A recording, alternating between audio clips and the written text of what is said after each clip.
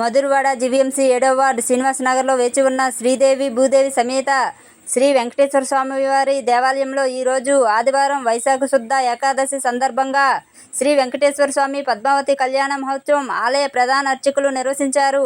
ఈ కార్యక్రమానికి ముఖ్య అతిథిగా జనసేన నాయకులు నక్కా శ్రీధర్ దంపతులు పాల్గొని పూజా కార్యక్రమం నిర్వహించారు. వీరితో పాటు పలువురు భక్తులు పాల్గొని పూజలో నిర్వహించారు. ఈ కార్యక్రమంలో ఆలయ అధ్యక్షులు S Chalapathi Rao, secretary N Narayana Rao, treasurer Appala Reddy, V Srinivasa Rao, B Babu Rao, Chittubabu, Neelayya, Mahesh, Ramana, SV Ramana, Madhurawada Kalinga Vysya అధ్యక్షులు భోగి సాంబశివరావు, సంక విష్ణుమూర్తి, గోపి, భక్తులు తదితరులు పాల్గొన్నారు.